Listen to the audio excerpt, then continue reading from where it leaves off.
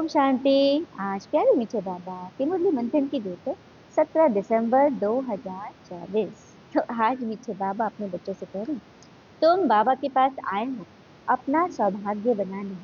परम सौभाग्य उन बच्चों का है जिनका ईश्वर सब कुछ स्वीकार करता है।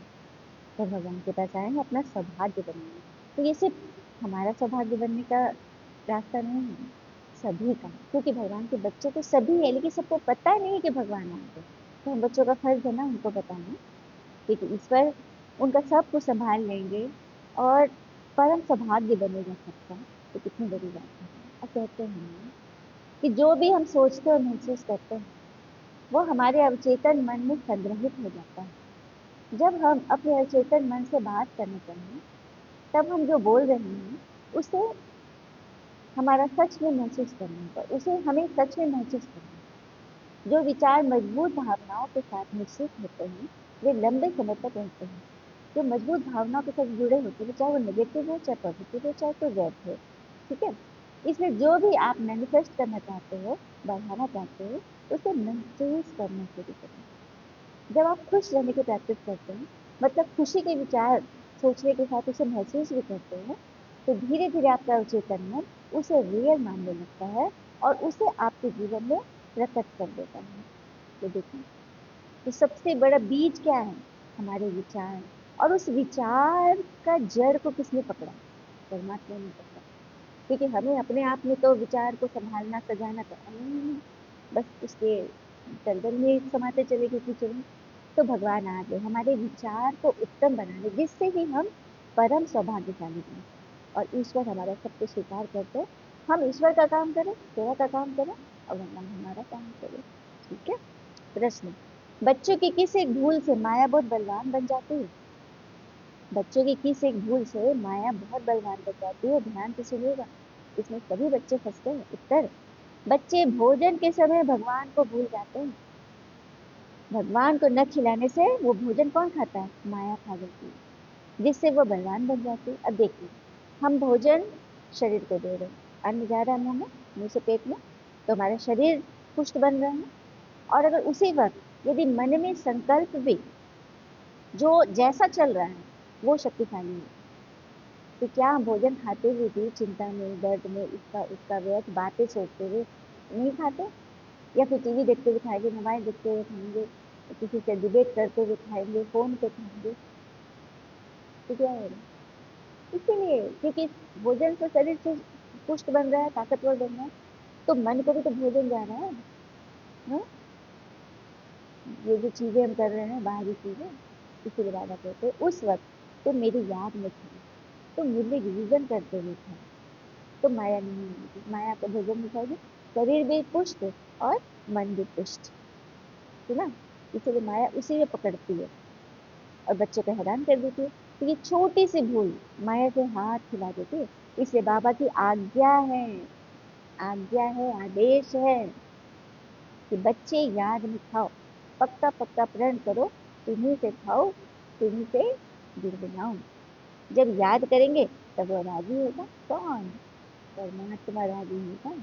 गीत है, आज नहीं तो कल बिखरेंगे ये बादल, ओ रात की राही भूल गए, सुबह हुई हलचल, अब घर चले। आज नहीं तो कल बिखरेंगे ये बादल, ओ रात की भूले हुए मुसाफिर, सुबह हुई घर चले, अब घर चले। जब परमात्मा आ गए हैं लेने, तो चलना है ना उनके साथ घर, क्योंकि हम घर से तो आए हैं नीचे इस वर्ल्ड स्टेज पे पार्ट प्ले करने के लिए, है ना। ओम शांति। बच्चे समझते हैं हमारे दुर्भाग्य के दिन बदल कर अब सदा के लिए सौभाग्य के दिन आ गए। नंबरवार पुरुषार्थ अनुसार। लेकिन बाबा नंबरवार पुरुषार्थ अनुसार क्यों बोलते हैं? क्योंकि भगवान आए हैं पढ़ाने, टीचर बनकर। अब जो जितना पढ़ेगा उतना ही मिलेगा।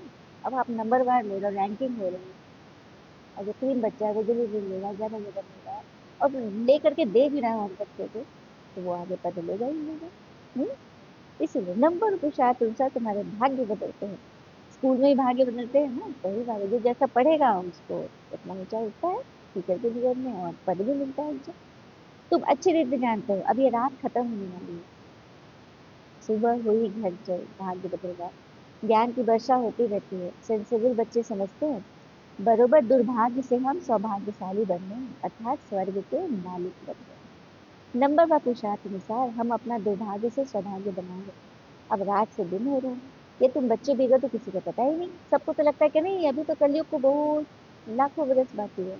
उनको लगे अभी रात तो और घनघोर होनी है, लेकिन हमको लगता है नहीं, घनघोर रात तो अब बीत रही है, बस सुबह की पौ फटने वाली है ना।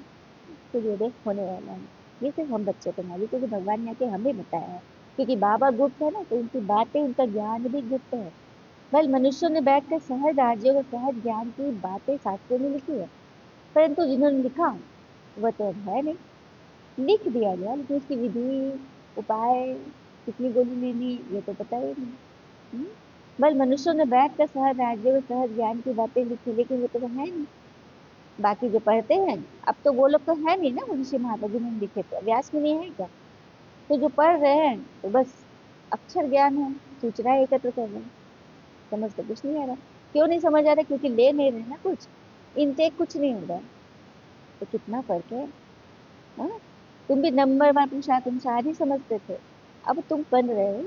लेकिन हाँ, एक रस पुरुषार्थ नहीं हो रहा, ये बात तो बिल्कुल सच है। एक रस पुरुषार्थ अभी भी नहीं हो रहा, इसलिए तो कहते हैं ना, तन बिगाड़ने वाले भोजन से, मन बिगाड़ने वाले विचारों से और मनोदशा बिगाड़ने वाले इंसान से सदैव एक दूरी बना के रखिए। ठीक है, समझ जाना चाहिए कि कहाँ पर क्या व्यर्थ छिपा हुआ है।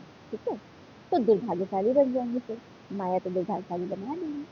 और सौभाग्य किसको कहा जाता है, ये सब तुम ब्राह्मण जानते हो, सत्युग स्वर्ग वही है परम परम परम सौभाग्य।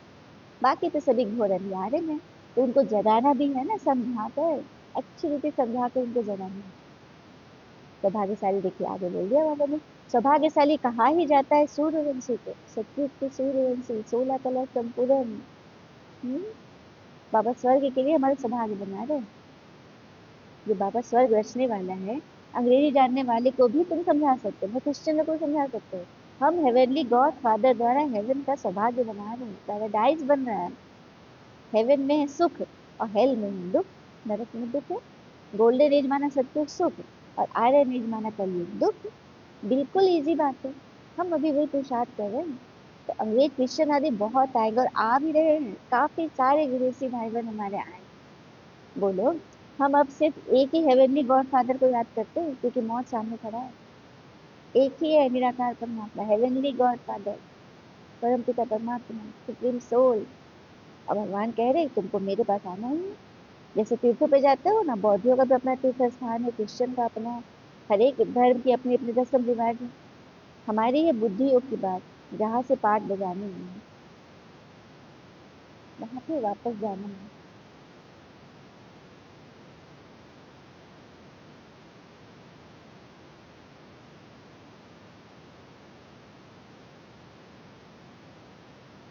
बाबा गॉड फादर को याद करो तो अंतमति सरस्वती हो जाएगी। हम्म, बाबा ही हमको सच्चा सच्चा रथ बतलाते हैं। जब कोई बीमार पड़ते हैं तो उनको सभी जाकर सावधान करते हैं ना कि राम राम कहो। बंगाल में जब कोई मरने पर होता है तो गंगा पे ले जाते हैं, कहते हैं हरि बोल करके उसको डुबकी लगाते हैं, ताकि उसके प्राण पखेरु नहीं। क्या है ये? हम्म, आप बन जाते हो धर्मराज। हम्म, ये सब काम भक्ति मार्ग में शुरू होता है, ऐसा ही होता है। ऐसे नहीं, सत्युग में कोई भगवान या गुरु को याद नहीं किया जाता, शरीर छोड़ने के लिए किसी को याद नहीं करना है गुरु को। वहां आप पे ही आत्मा शरीर छोड़ती है। ठीक है, खुशी खुशी, इच्छा मृत्यु। और वहाँ कोई गरीब भी नहीं होता। हम्म, जिसको बैठ दान पुण्य करे। भक्ति मार्ग का तो रस्म रिवाज अलग है, ज्ञान मार्ग की भी रस्म रिवाज अलग है। अभी बाबा को सब कुछ दे दो तो 21 जन्मों का वर्षा मिल जाता है, बस फिर दान पुण्य करने की दरकार ही नहीं, फिर 21 जन्म। ईश्वर बाबा तो हमको सब कुछ दे देते हैं। ईश्वर ही हमारे स्वीकार करते हैं। अच्छा, हमको दान धर्म करते हैं तो किसके नाम पे करते हैं? ईश्वर के नाम पे। और मांगने वाला भी क्या बोलता है? दे दान, ईश्वर के नाम पे दान दो, है ना। तो बाबा ही हमारा सब कुछ स्वीकार करते हैं, स्वीकार करना पड़ता है। ये भी राज तुम बच्चे जानते हो, जब जरूरत ही नहीं होगी तो स्वीकार क्या करेंगे।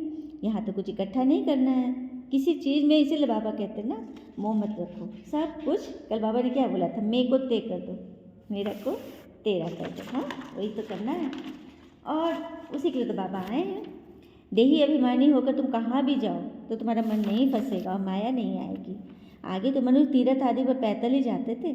उस समय मनुष्यों की बुद्धि तमोप्रधान नहीं थी, बहुत श्रद्धा से जाते थे, थकते नहीं थे। बाबा की याद करने से मदद तो मिलेगी। भले वह पत्थर की मूर्ति है, परंतु बाबा उस समय अल्पकाल की मनोकामना जरूर पूरी करते हैं। तीर्थों पे जाते हैं ना, तो भले पत्थर की मूर्त है, जड़ मूर्त है, लेकिन वहाँ से भी हमारी दुआ कबूल होती है। ये बाबा ने कहा कि बहुत भावना से जाते तो अल्पकाल का जरूर पूरा होता है। ठीक है, अभी तो आदमी झट थक जाते हैं, मतलब उस समय के लोग पैदल जाते तो नहीं थकते थे, आज तो देखो थक जाते हैं। साहूकार लोग बड़े भपके से घोड़े आदि पर जाते हैं, पर गरीब लोग तो पैदल ही जाते हैं ना।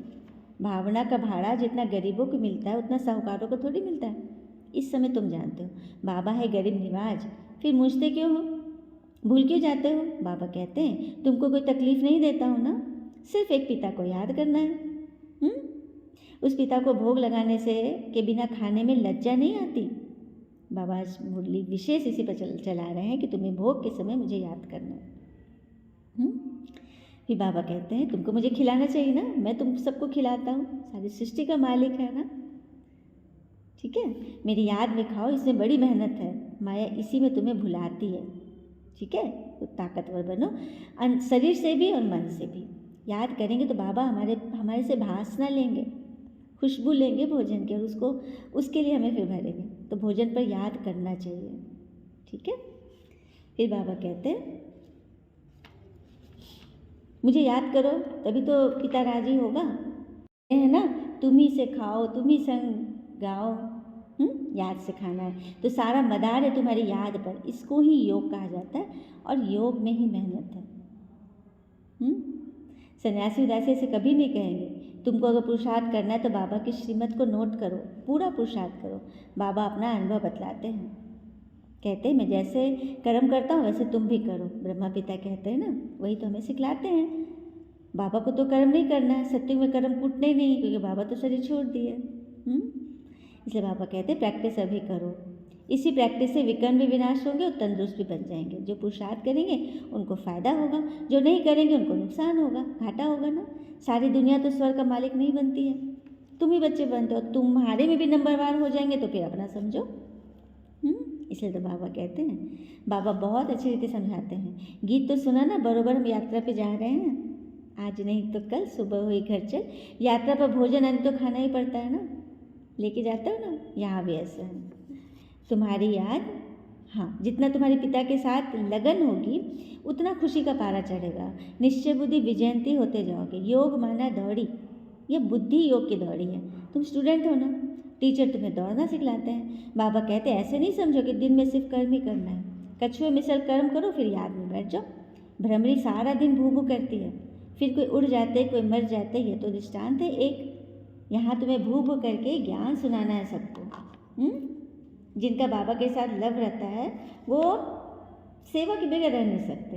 लेकिन हाँ, कोई तो सड़ जाते हैं, कोई अधूरे रह जाते, भागंती हो जाते, फिर जाकर कीड़ा बन जाते हैं। तो बाबा को सब पता है कि कैसे कैसे लोग फंस जाते हैं। मनुष्य देवता की करत न लागी बार। बाबा मनुष्य देवता बनाए थे, कितनी बार बनाए थे, गिनती नहीं है। अभी हम योग लगा रहे हैं, देवता बनने का पुरुषार्थ कर रहे हैं। यही ज्ञान तो गीता में है। क्या है सुनते हैं, वो श्लोक है, ज्ञानम लब्ध्वा पराम शांति मची रणाधिक गच्छति। श्रद्धा रखने वाले मनुष्य, अपनी इंद्रियों पर संयम रखने वाले मनुष्य साधक बन जाते हैं, और उनकी साधना ही उनकी तपस्या में मतलब सोने पे सुहागा काम करती है, और इसी से वो ज्ञान प्राप्त करते हैं। तो ना, तो कौन सी तपस्या भगवान सिखा रहे हैं? तपस्या है बस मुरली को सुनने का, इस मंथन सुनने का ही तपस्या है। और जो भी पॉइंट अच्छा लगे उसको धारण कीजिए, तो तपस्या में मणि मिल गई। ठीक है, ऐसे करना है। और भगवान हमें मनुष्य देवता बना रहे हैं। बाबा कहते हैं तुम 21 जन्म सदा सुखी रहोगे, इसमें तकलीफ की कोई बात ही नहीं। भक्ति माने भगवान के पास जाने के लिए कितनी मेहनत करते थे, कहते थे ना, पार निर्वाण चला गया। गीता में भी लिखा हुआ है भगवान कालों के काल है। आइए एक और श्लोक सुन लेते हैं। अध्याय 11 के श्लोक नंबर 32 में है लिखा हुआ, भगवान उवाच कालो अस्मि लोकक्षय कृत प्रविद्धो लोकान् समाहितुमिहं प्रवृत्तः ऋते अपि त्वां न भविष्यन्ति सर्वे ये स्वस्थिता प्रत्यणिकेषु योधा। अर्थात मैं प्रलय का मूल कारण और महाकाल हूँ जो जगत का संहार करने के लिए आता हूँ। इस श्लोक में भगवान ने सर्वशक्तिशाली काल और ब्रह्मांड के विनाशक के रूप में अपनी प्रकृति को दिखाया है। तो भगवान तो कह ही है कि मैं अभी पिता बनकर हूँ, फिर मैं महाकाल बन जाऊँगा, धर्मराज बनूंगा, तुम सबको ले जाऊँगा। उसी चीज़ को भगवान, क्योंकि वो प्रकृति पति है ना, अपने उस रूप को दर्शा रहे हैं कि फिर मैं भगवान, मैं कालों का काल हूँ, मच्छर सदृश सबको वापस ले जाऊँगा एक साथ। हाँ, बुद्धि कहती है कि चक्र रिपीट होना है, तो पहले जरूर सत्युगी देवी देवता धर्म रिपीट होगा, फिर बाद में और धर्म रिपीट होंगे। पहले सनातन धर्म होगा, बाद में द्वापर से फिर धर्म स्थापक लोग आएंगे, इस्लामी, बौद्धी, क्रिश्चियन, सिख। बाबा कितना सहज बतलाते हैं ना, मन मना भव। तो मन मना भव के लिए हम अपने मन को ईश्वर में लगाते, कैसे लगाएंगे? आइए कथा सुन लेते हैं कि कितना हमारे अंदर दानशीलता होनी चाहिए, धर्मशीलता होनी चाहिए। हम कितने, मतलब किसी पशु पक्षी के लिए भी हमारे दिल में कितनी ममता हो, कितना हम रहम दिल हो, आइए, और उसके बदले में हमें कितना कुछ मिल जाता है। एक कथा सुनते हैं। शिवी की धर्म परायणता, दयालुता और वचनबद्धता से इंसान भगवान को भी वश में कर लेता है। कबूतर के बदले अपना शरीर दान करके शिवी ने इंद्र और अग्नि को, देवताओं को जीत लिया। शिवी के धर्म परायणता, उदारता, दयालुता एवं परोपकार की ख्याति स्वर्गलोक में पहुंच गई थी। इंद्र और अग्निदेव शिवी की प्रशंसा सुनने के बाद उनकी परीक्षा की योजना बनाने लगे, क्योंकि उनकी दानशीलता की बड़ी ख्याति हो रही थी, तो उन्होंने परीक्षा लेने की सोची। राजा शिवी के गुणों को परखने के लिए अग्निदेव कबूतर बने और इंद्र बन गया बाज। एक दिन राजा अपने दरबार में बैठे थे, तभी एक कबूतर उड़ता हुआ उनकी गोद में आ गिरा और अपनी रक्षा के लिए प्रार्थना करने लगा। कबूतर ने कहा, महाराज, आपकी उदारता और शरणागत पर दया की चर्चा पशु पक्षियों तक में होती है। मैं भी आपके राज में निवास करने का कारण आपकी प्रजा हूँ ना, और अभी आपकी शरणागति हूँ, आप मेरी रक्षा करें उस बात से। शिवी ने कबूतर को निश्चिंत रहने का वचन दिया और कहा कि वो आपकी रक्षा हर हाल में करेंगे। राजा ने जैसे ही वचन दिया, तभी वहाँ पर एक बड़ा सा बाज आ पहुँचा और शिवी से कबूतर को वापस मारने की मांग करने लगा। बाज ने कहा, महाराज, यह कबूतर मेरा आहार है, मैं अपने आहार का पीछा कर रहा था, मैंने इस पर प्रहार भी किए, आप मुझे मेरा आहार वापस कर दें तो आपकी बड़ी कृपा होगी। राजा शिवी ने कहा, बाज, ये तुम्हारा आहार रहा होगा, किंतु अभी ये मेरी शरणागति है और मैंने इसे प्राण रक्षा का वचन दिया है, इसलिए मैं अपना वचन तो भंग नहीं करूँगा। बाज ने कहा, महाराज, मैं भी आपके राज्य का ही पंछी हूँ, मैं भी आपका प्रजा ही हूँ। विधाता ने मुझे शिकार करके अपना पेट भरने की व्यवस्था दी है। अगर आप कबूतर वापस नहीं करेंगे तो मुझे भूखा ही रखना पड़ेगा, तो आपको तो पाप लगेगा, और राजा तो प्रजापालक होता है। और आप पर से देवों की कृपा भी समाप्त हो जाएगी। अब आप ये समझ लें। शिवी ने कहा, तुम्हारी बातें सत्य है, किंतु मैं वचनबद्ध हूँ, इसलिए मैं तुम्हारे लिए अलग से मांस देने का प्रबंध करता हूँ, मतलब उसके बदले। लेकिन फिर राजा ने सोचा कि मैं तो फिर किसी का मांस ही दूंगा, किसी और की हत्या होगी, तो सोचा क्यों ना मैं अपना ही पैर का मांस थोड़ा सा दे दूँ। और तराजू पे बैठ गया, एक तरफ कबूतर, उसके बाहर का मांस वो देने लगे, तो अपने जांघ से मांस थोड़ा सा निकाले, लेकिन वो हल्का ही रहा। अब क्या करते, और भी मांस दे रहे, लेकिन वो हल्का ही, क्योंकि तो परीक्षा ले रहे थे ना ये लोग। बस फिर क्या कि राजा ने खुद पूरे तराजू पर बैठ गए, अब तराजू भार बराबर हो गया। तो बाज ने कहा उनको, उनके आगे शिवी, क्या बोलूँ, वो बाज झुक गया और फिर बोला बाद में कि राजा शिवी, आपकी दानशीलता अद्भुत है। एक शरणागति पक्षी के लिए आप अभयदान के बदले आप अपना शरीर समर्पित कर रहे हो। आपकी कीर्ति संसार में तब तक बनी रहेगी जब तक यह पृथ्वी और आकाश अपने स्थान पर है। अग्नि ने वर दिया, मेरी प्रचंडता ने आपको विचलित करेगी, न आपको अहित करेगी। देवता शिवी को वरदान लेकर वे लोग स्वर्ग चले गए। सुना, ऐसे थे राजा शिवी। तो शिवी अर्थात शिव के बच्चे। तो हम बच्चे भी क्या हैं, किसी भी चीज़ में, चलिए दान तो एक स्थूल दान की तो एक सीमा होती है, लेकिन ज्ञान दान की कोई सीमा ना हो। जब भी आप जिस भी तरह की सेवा आप करते रहे, और इसके लिए मैं बता रही हूँ, एक लाइव वीडियो की भी सेवा चल रही है, आप लोग ज़रूर उसे सब्सक्राइब करें, ठीक है, शॉर्ट्स में, जिसमें पूरी मुरली का सार है, अंदर के पॉइंट्स है, और एक 1.25 मिनट में पूरा कंप्लीट है, जिससे वो बार बार शॉर्ट्स चलते रहेगा तो आपको स्मरण होते रहेगी, क्योंकि कहते हैं ना, पहले श्रवण कीजिए, फिर स्मरण कीजिए, याद कीजिए, फिर मनन कीजिए उस पॉइंट का, फिर धारण कीजिए, तो फिर सेवा अपने आप निकलेगी। तो बाबा कहते हैं ना, सेवा का मेवा मिलेगा ही, देश कैसे बोले स्वर्ग लोग चले गए, है ना। तो बस वही कहानी है। तो 5000 वर्ष पहले भी गीता के भगवान ने कहा था, लाडले बच्चे, गीता के भगवान शिव ने कहा था, अगर श्री कृष्ण कहेंगे तो दूसरे धर्म वाले थोड़ी ना सुनेंगे कि तुम्हारे कृष्ण और तुम्हारे राम को तो हम नहीं मानते भगवान, नहीं सुनेंगे। लेकिन कह दो कि गॉड फादर ने कहा है, स्वयं शिव बाबा ने कहा है, परमात्मा ने कहा है, निराकार ने कहा है, तो वो जरूर आके सुनेंगे, क्योंकि आत्मा निराकार है तो परमात्मा भी निराकार है। सुना, तो ज्ञान सुनाने में कोई खर्चे आदि की बात नहीं है, बस सृष्टि के आदि मध्य अंत को तो जानना और बताना है। तुम बच्चों को विचार सागर मंथन करना है, कर्म करते दिन रात ऐसा पुरुषार्थ करते रहो। विचार सागर मंथन नहीं करेंगे तो बाबा को याद भी नहीं कर पाएंगे। इसीलिए मकान बनाने वालों को मकान का ख्याल चलता है ना, कि कैसे कैसे क्या क्या लगाना है, कौन सा सीमेंट लेना है, टाइल्स लेना है। उसी तरह आपका स्वर्ग में मकान बन रहा है, तो उसके लिए आप तैयारी करो। जितना सेवा करोगे तो ना बाबा अच्छे अच्छे टाइल्स और हीरे माणिक वहाँ आपके महल में लगाएंगे। तो भल विचार सागर मंथन करने की रिस्पॉन्सिबिलिटी आप सब पर है, ठीक है, तभी तो तुम लक्ष्मी बनते हो। अच्छा, मीठे मीठे बच्चों प्रति भगवान की नमस्ते, हम बच्चों के प्यारे बाबा को नमस्ते। धारणा के लिए मुख्य सार, पहली पॉइंट, श्रीमत को नोट कर पुरुषार्थ करना है। बाबा ने जो कर्म करके सिखाया है वही करने हैं। विचार सागर मंथन कर ज्ञान की पॉइंट्स निकालनी है, ठीक है।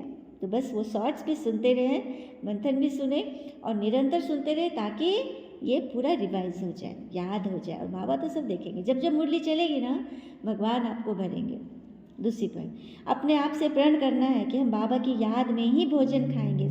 सभी बाबा से प्रण कीजिए, बाबा हम आपकी याद में ही भोजन खाएंगे, तुम्ही से बैठो तुम्ही से खाओ, यह वायदा पक्का है ना बाबा। तो भगवान से वायदा पक्का करना है, ठीक है।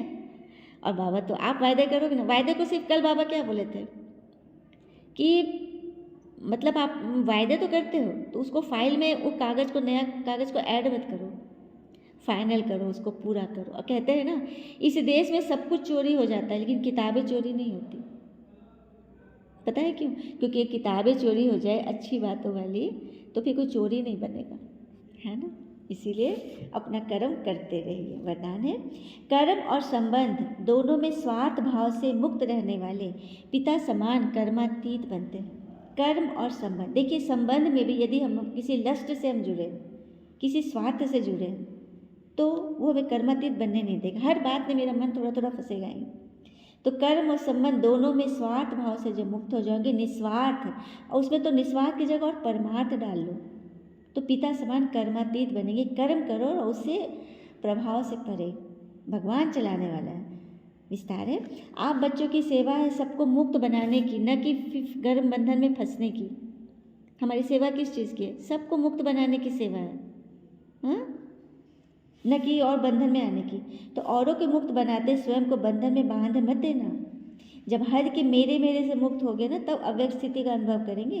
देखिए बहुत अच्छा चल रहा है, खूब अच्छा चल रहा है, लेकिन अचानक से मन फंस गया, व्यर्थ में उलझ गया, दलदल में चले गए, तो सारे कमाई लेके माया चली गई, फिर हो गई, फिर रह जाओ ऐसे ही, हाथ तोते उड़ गए। तो जो बच्चे लौकिक और लौकिक कर्म और संबंध दोनों में स्वार्थ भाव से मुक्त है, वही पिता समान कर्मातीत स्थिति का अनुभव करते हैं। तो चेक करो कहाँ तक कर्मों के बंधन से न्यारे बने हो। यहाँ पे संबंध है हमारा, संबंध बनाइए, और संबंध में कोई क्या क्यों कैसे ऐसे वैसे नहीं होता है, ठीक है। अपनी बात रखिए बिल्कुल शांति से, अवस्था अव्यक्त करके, ठीक है। व्यर्थ स्वभाव संस्कार के वश होने से आप कर्म बंधन युक्त बन जाते हो, जकड़ जाते हो। स्लोगन, जो सरल चित्त और सहज स्वभाव वाले हैं वही सहज योगी है, भोलेनाथ के प्रिय हैं। अच्छा, भोला बाबा क्यों बोलते हैं उनको? वो भोला नहीं है, वो तो चतुर सुजान है, वो भोले बच्चों का बाबा है, बहुत भोले। ठीक है। तो सरल चित्त बनिए और सहज स्वभाव वाले बनिए, सबके लिए एक समान रखिए और किस तरह से सबको धारणा करके घुट्टी पिला दीजिए, सेवा इतनी कीजिए कि खुद का भी भान भूल जाए। वही बच्चे भोलानाथ को बहुत बहुत बहुत प्यारे हैं। अच्छा, ओम शांति। शुक्र मीठे बाबा, वो बाबा के प्यारे प्यारे बच्चे, आप सबका जीवन सदैव सुख शांति समृद्धि सफलता से भरपूर रहे और भरपूर करे। ओम शांति। शुक्रिया बाबा, शुक्रिया बच्चे।